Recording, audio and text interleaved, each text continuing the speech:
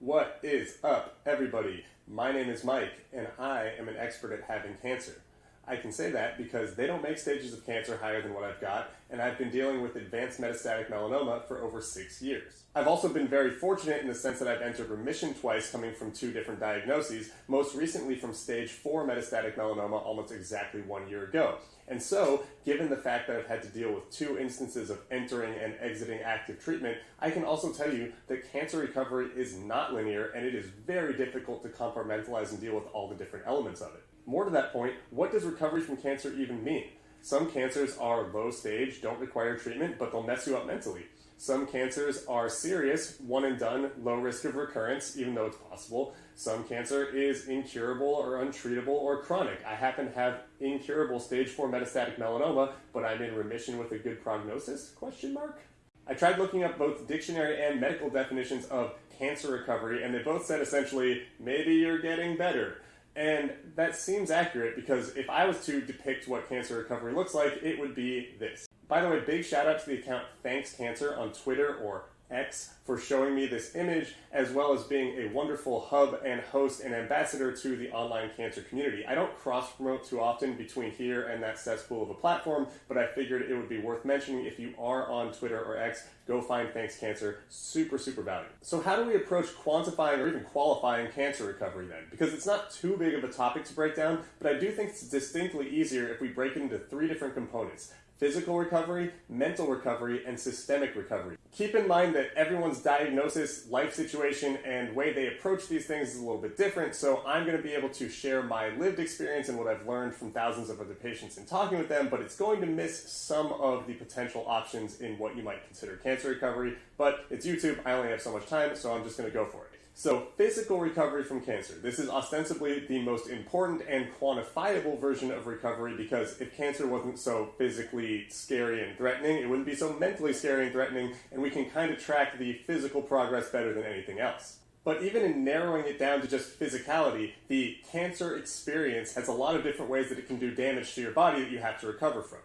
Once you've been diagnosed, you may need to have surgery or other acute invasive procedures to get rid of the larger accessible portions of cancer inside your body, and these are going to have real recovery time that you need to go through before you can move on to most treatment. Many times, a cancer diagnosis doesn't come about until your body is giving off systemic warning signs, about stuff like internal bleeding via like blood in your stool, or aches and pains in your joints, in your bones, or headaches, or a number of other weird things that might eventually lead someone to go get a diagnosis from an oncologist.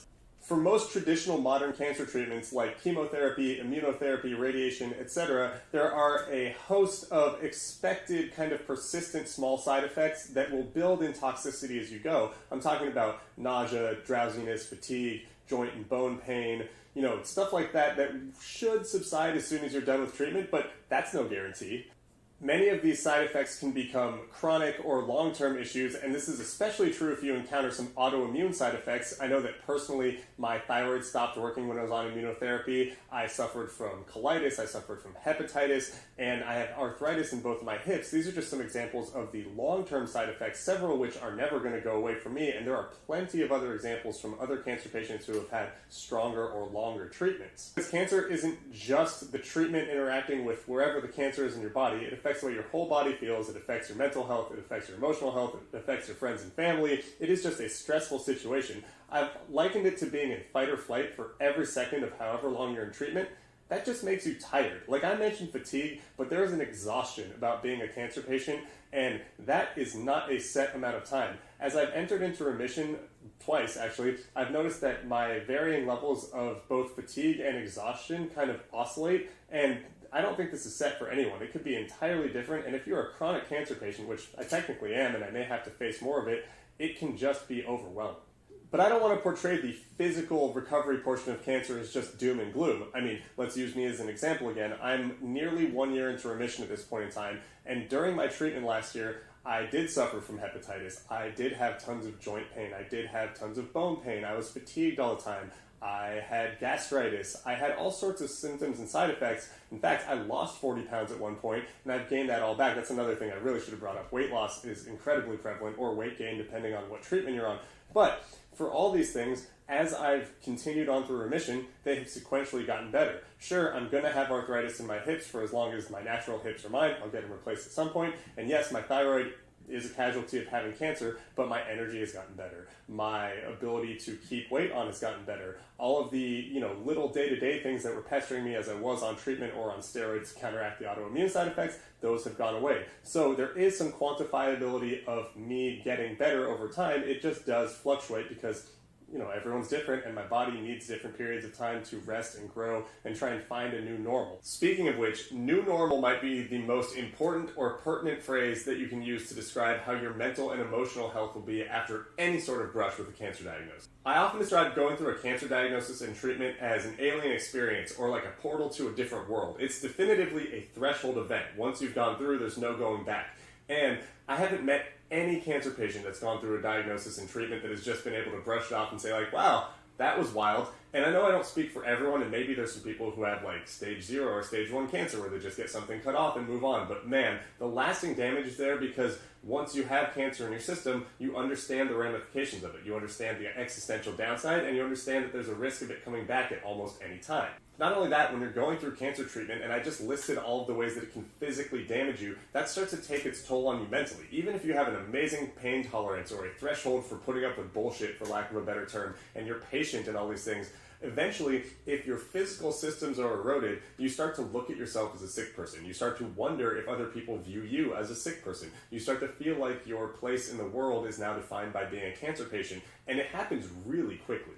Not only that, when your brain shifts into this semi-permanent fight or flight that I described earlier, you change as a person. You become inherently a little more selfish, and you start to deprioritize other things in your life that used to matter for you. A lot of these things I'm going to describe in a second when I talk about the systemic erosion that cancer has an effect on your life, but it just becomes so weird for you to sit there and have to ponder how you take these next steps when you have so much unknown going on, and how you're going to stack up afterwards when you have no idea what you're going to look like coming out of it. Because the things that definitively bother me most about being a cancer patient in the mental health sense are the agency and the identity issues that I've had over the last 6 years. It's easy to comprehend that you might be anxious or scared or depressed or mopey or angry about a cancer diagnosis. Going into my first diagnosis, I was expecting all these things. I didn't expect to be cancer guy a couple months into my diagnosis, in which I just couldn't stop talking about my diagnosis and I couldn't get it out of my brain. So every time I interacted with another human, I would hear myself blabbing and be like, oh my God, I'm cancer guy now. And 6 years later, I'm sitting in front of my own phone, blabbing about it to thousands of people on the internet. So it's safe to say, cancer guy has been entrenched in my identity, although now I am a lot more comfortable with it than I was at the beginning. In fact, over this past year since my diagnosis with a stage 4 recurrence, I think that I've been able to maneuver being cancer guy into its own compartmentalized sense via this blog and talking about it on other internet forums, and I think it's almost become a positive, which I would never have guessed 5 to 6 years ago. But again, this kind of alludes to the systemic changes that cancer makes you have in recovery. Like, I'm recovering in a mental and emotional sense, but also this blog and my ability to vent or ideate or get feedback from people on the internet is a huge portion of my systemic recovery from cancer. Systemic recovery from cancer diagnosis and treatment, which is to say rebuilding all the systems in your life, there are probably, certain ones that fall squarely in physical health or mental health. But for me, I had to take a step back after both treatment times and say, holy shit, my life is in an entirely different place than it was, because not only has a lot of time passed in which I couldn't pay attention to the things that were important in my life in a systemic sense, the people and the organizations and your physical and mental health have changed around you, meaning some of these systems might not fit your lifestyle anymore. Now, because the systems in life are so individualized and intricate, I'm not going to go into detail on the mechanics of each of these things, but let's just think of some systems that exist in most people's life. For example, we have your friends, we have your family, you have dating, you have relationships, you have financial health systems, you have mental health systems, you have diet and exercise, you have sleep, you have work, you have all these hobbies, you have all these things that you like to do in your spare time, and you kind of have your worldview as a system, and once you've gone through a serious cancer diagnosis, all these things get jumbled. One of the most frustrating dynamics about the systemic change or erosion in certain places is that you have no choice in a lot of them. Oftentimes, if you're very sick, you have to pause work or stop going to school. If you are starting a relationship with someone, which I've been in that situation twice, it gets radically altered. Your friends and family might treat you differently. It's an uncomfortable truth, but people don't know how to react around cancer. Your job may not let you continue to work. I've been fortunate enough to be able to work through my diagnoses, but it was really difficult, and I don't even know if it was the right choice. And the point that I'm making is that as these things tend to go away or be put to the side or change, you have to assess whether it's worth rebuilding them, or if you can, once you've come out the other side, or if you're able to make it out on the other side of a diagnosis and treatment. Or if you have continued chronic treatment, can you implement some of these things to return a little bit to what you perceive as a new normal? But once again, my intent in making this video isn't to scare you or to let you know that cancer is terrible. I think that's pretty apparent. It's to talk about the recovery of all these things, and yeah, the systemic erosion, which includes your physical and mental health and all the things I've described, it happens, but the recovery is also possible. I'm a year into my second remission from cancer, and a lot of these things are repopulating, and some of them, it's not even a conscious decision I've made, it's just how life works. Cancer, sure, I related it to an alien experience, but it is very much a human experience at its base, and humans are resilient, and oftentimes, if we're given the opportunity, we adapt. Now, cancer is scary and shitty because some people do not get that opportunity. That's why it's so terrifying. There is the ultimate existential downside, but I talk with hundreds of cancer patients every week, and the most common thread that we share, well, except for cancer itself, is that we're all trying to make the situation work as best as possible. I don't know anyone who's gotten cancer and just said, I give up. And you know, that's another thing. When people talk about cancer patients being brave, what's the alternative? We're human. We're going to adapt. We're going to rebuild these systems, even if there are people who have far worse physical and mental health side effects than me, people who have worse support systems than me, people who have active cancer or chronic cancer that's never going to be in remission. They are all making these systems work. And as I have entered further and further into remission,